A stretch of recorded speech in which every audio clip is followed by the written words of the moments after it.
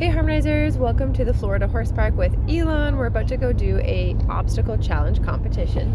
So here we go, starting the obstacle challenge competition. You guys are going to see a lot of really cool ideas of what you can do with your horses to just build more of a relationship and kind of work on your trust. This is our first obstacle, which is crossing the water. You can see he was pretty good going in. He had a little bit of a wiggle at the base of the water there. It was a little bit mucky. And the obstacle task for obstacle number 1 was to cross the water. And then once we got to the top of the little hill, to do a little 180 turn and come back through the water. Looking for the horse to be relaxed and willing and smooth, going in the water looking really confident, which he did a really nice job of. He's gotten really confident with the water. I'm really happy with everything he's been able to accomplish here. And then the way this obstacle challenge was set up was really neat. You do an obstacle and there's a judge at each set of 2 obstacles, and the judge kind of explains what you do for each one. So that's the judge there coming in to tell me what to do at the next obstacle, which is to ride over to the log in the water and then side pass the log most of the way, and then we're supposed to go forwards and step forward off of the log.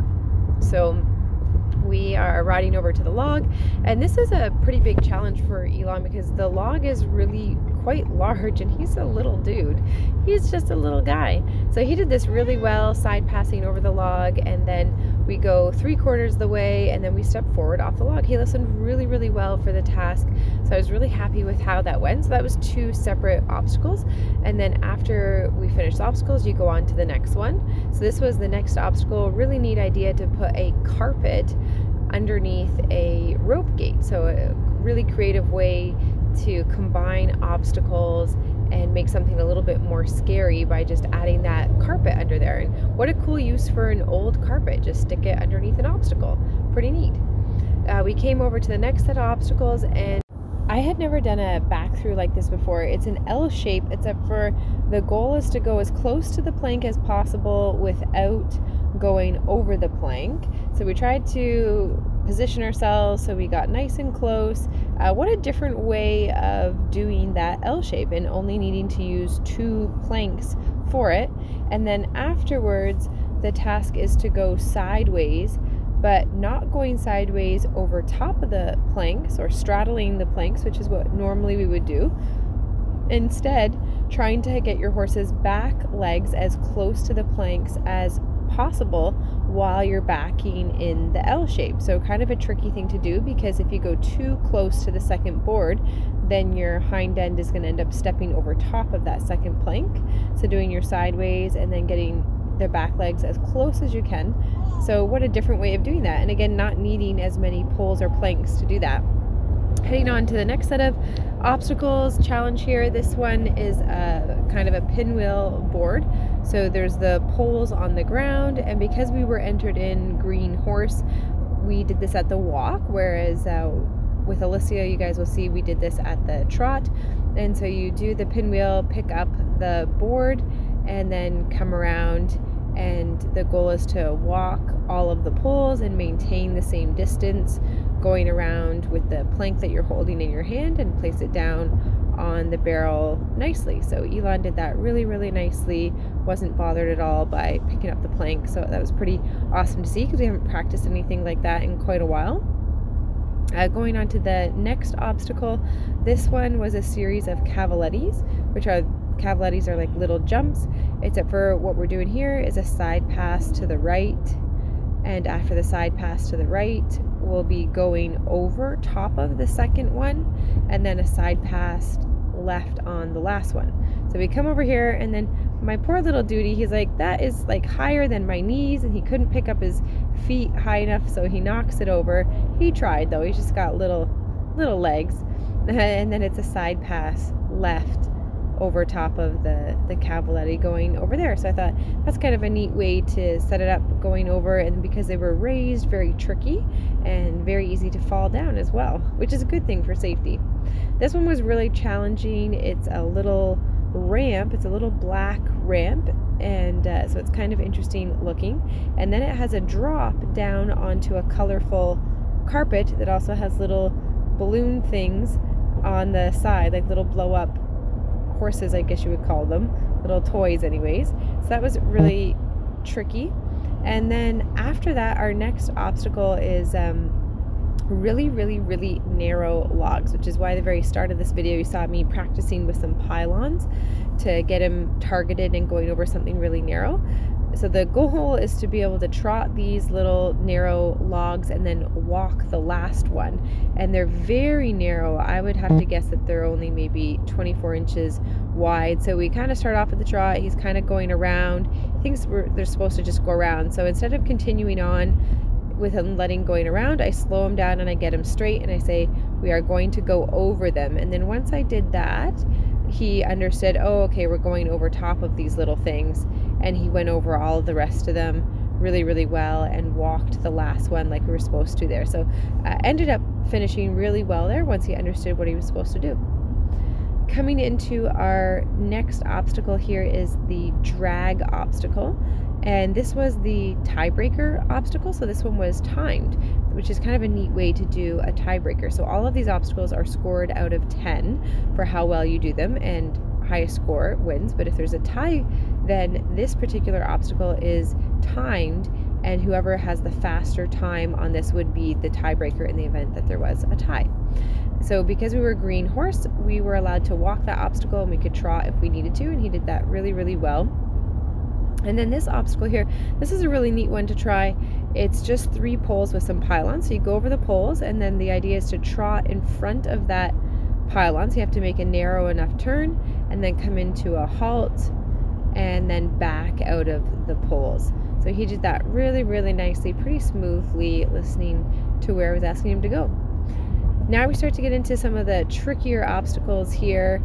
This one is a flag carry with a bridge, but the bridge looks like it's going to be a really stable bridge, but in actual fact, when you step on it, it's not really a teeter, it's just kind of wobbly. It moves a little bit. Elon did really well with that though, and we're going to come around and put our flag back down. The judge at this particular set of obstacles said, wow, he's a real keeper. She was really impressed that he's such a recently out of the wild Mustang and doing so well with all of the obstacles. She really loved him and thought he was super fabulous. Now Elon does typically do well with bridges. That's kind of his jam. He thinks that they're pretty good to do, so I wasn't expecting any issues here. And he comes in, we get our little narrow bridge, and then we're making a turn, and then we have to do a halt on the second bridge. So he does it so beautifully, really nice. Wasn't expecting any issues there, and he didn't give me any. It was all easy peasy. Now these next obstacles, super challenging. We did not accomplish these ones, but let's take a look at them anyways and see how we did. So this first obstacle is just a single pole on the ground, but you're supposed to straddle it with their legs. So the left leg's on the left side of the pole and the right leg's on the right side of the pole. And Elon's like, I have no idea what this is. Good boy. So he kind of like, he goes sideways across it. He really doesn't understand. We're going to have to work on that one if that's going to be a thing that we're going to get asked to do in the future. So that was tricky. Now this one is a tarp, which he's not really scared of tarps, but what's bothering him is there's that really spinning thing in the corner of the tarp. And so he's not so sure about the spinning thing. He's pretty sure he can do the tarp. So he steps on the tarp, but he's really eyeing that spinny thing. And this is the last obstacle. So we're supposed to dismount, and then now we're supposed to put on a fly mask, which has a blindfold on it. And I had practiced the blindfold over by the trailer with my jacket, and he was pretty good with it, so I had set him up for success that way. But when I come over here to do it, he's already kind of anxious because he's thinking about that spinny thing. He thinks that little spinny thing on the ground is up to no good. It's probably going to bite him. It's probably going to do something to him. It's definitely there to cause ruckus. So he does not believe that he should be able to be blindfolded. He wants to keep his eye on that little spinny thing. So I kind of recognize that this is going to be a little bit challenging for him. So I think, okay, well, I'm not going to go ahead and blindfold you because that's going to be too much for you. Can we just like rest it on your head? And he's like, no, we can't even put it on my head. This is some really sketchy stuff going on here. Doesn't think that what we're doing here is anything good. So I just think, okay, let's rub him and kind of get it to be on a good note. and then afterwards I just take it off of him, I bring him back on the tarp, and then I wanted him to just finish the obstacle even like without the blindfold on. So with the blindfold on, we were supposed to pick up 3 of their feet. So I just go around and I ask him to pick up his feet, even though he's kind of keeping an eye on the little pinwheel there, and then I'll walk him off afterwards. I wanted to make sure that he finished on a really positive note, even though he wasn't ready to combine all of those things together. So this was our last adventure before packing up. This is the trailer all packed up. We went back to the barn while we waited for results and shoved everything in there. It's definitely jam-packed full with all the obstacles. We've got a bale of hay, the water, everything strategically packed. Alicia ended up getting 5th, and Elon ended up winning and getting his first little champion halter. We were pretty excited. And then this was kind of neat, just to kind of show you guys that as we were leaving the horse park, that we were doing our obstacle show, but while that was going on, there was also a driving competition. This is super cool, where they steer through all of these cones with the balls on top to show if they hit them. Super neat. Lots of talent going on there. There was actually another competition going on under the covered arena that looked like a schooling show, and then there was also stuff going on in the dressage complex.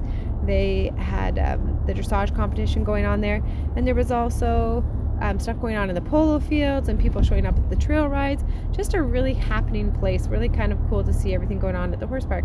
So here's just a little look at Elon and I with his blue ribbon. Had a fantastic way to wrap up at Florida Horse Park. Thanks for watching.